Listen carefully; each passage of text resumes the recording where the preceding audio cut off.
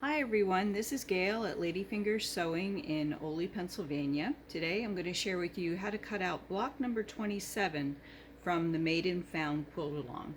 Every Thursday, Made and Found releases a new block. Every block is a patchwork block. Every block finishes at 9 inches.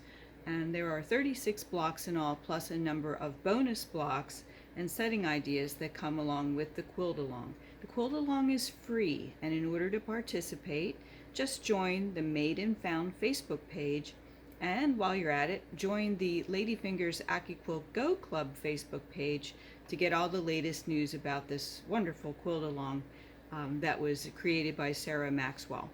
So we are now in block number 27, so that means we're 27 weeks in. However, all of the block directions and patterns are available on the Made and Found Facebook page, as well as Ladyfingers website, which is ladyfingerssewing.com, and on the Ladyfingers Accuquilt Go Club Facebook page in the files section.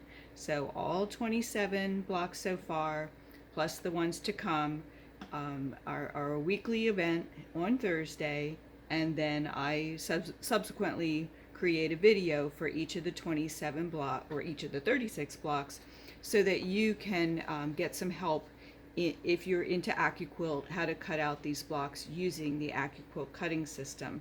Now the directions for each week, the pattern, are given with rotary cutter, but we know a lot of us like to use the Accuquilt cutting system, which is why I decided to do the weekly videos showing you how to do that. So let's get started. All right, so this block can be divided evenly into 4 segments, and that right away tells us that most likely we will be using the dies from the 9-inch cube to make this block. That's the giveaway. If the block can be divided into 4, the finished size is 9 inches, then you know more than likely you will need the dies from the 9-inch cube. So we know this is 9-inch finished, and we divide this into 4, then we know half of that. It's easy to do the math to figure out what size you need, but I'll go along with it step by step. So the first shape that we need, that we're going to cut, is using color number 1 in the diagram. That uses shape number 4 from the 9-inch cube.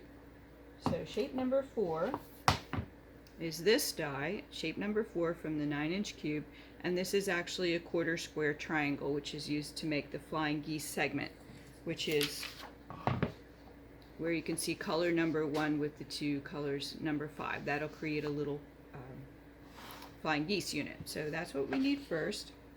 The second shape we're going to need is shape number 2, which is a square, shape number 2 from the 9-inch cube, and this is a 2 3/4 inch square.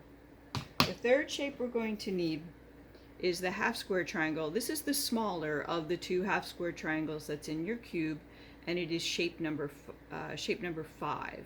So this is a 2 1/4 inch finished half square triangle unit.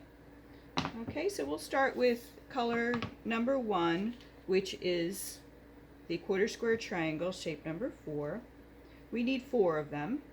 So I have 4 layers already subcut, and my straight of grain is this way. Make sure you pay attention to that, because if you don't use the proper straight of grain, sometimes things get a little wonky, so be aware of that.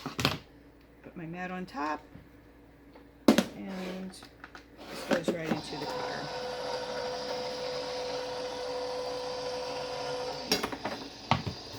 Okay, so this is the only time we need to use the quarter square triangle. I have a little snippet right there, that's okay. It happens sometimes. And there's my quarter square triangles, there's 4 of them. Okay, that's the only time we need this die. Next we'll move on to shape number 2, which is the 2 3/4 inch square. So here we need it in a number of colors. We're going to need 2 in color designation number 2. And then for color number 3, we need 2 of those as well. So we'll cut those together because we can. that'll give us those 4 center squares. Okay, again, I've already tested my grain line to make sure the lengthwise grain is what's going into the machine. Put the mat on top. Remember, offset your mat a little bit. That'll add life expectancy to your mat so you're not cutting a groove into the same spot all the time.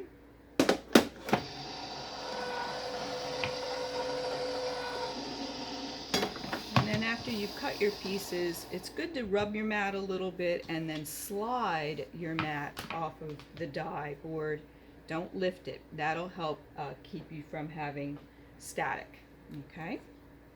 Now we also need to use shape number 2 again, because we have 4 squares that are in color designation number 4. So that will be 2 cuts, because we can cut up to 6 layers with our Accuquilt cutting system. Okay,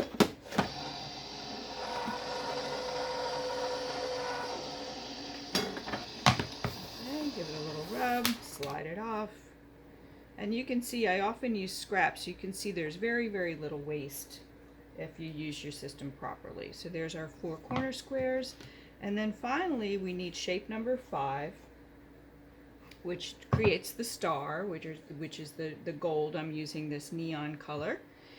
And we need 2, 4, 6, 8 of them. So that means we need 4 layers because we have 2 triangles on the die board.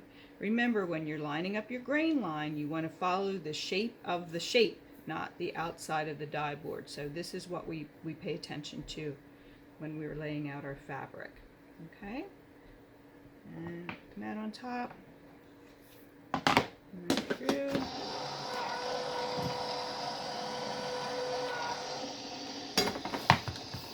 A little love.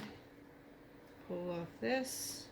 And now we have all our shapes cut already to create this block, which is pretty terrific.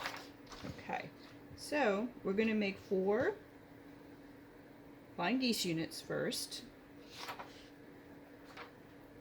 So you simply sew a triangle onto the larger triangle. And you're going to make 4 of those units. Okay.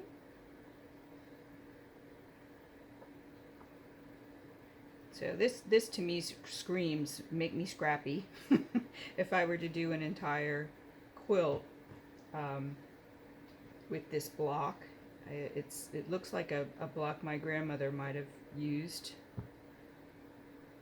And since we're all my family's Pennsylvania Dutch, we called her Memmy. That was her nickname. Not her nickname, she was Memmy, that was it. And the paternal grandmother was Grandma. Okay, so we have that star part done. Then we have our 4 corners, which is done for me anyway, in the darker indigo purple. Okay, and then we simply have our center 4 pouch.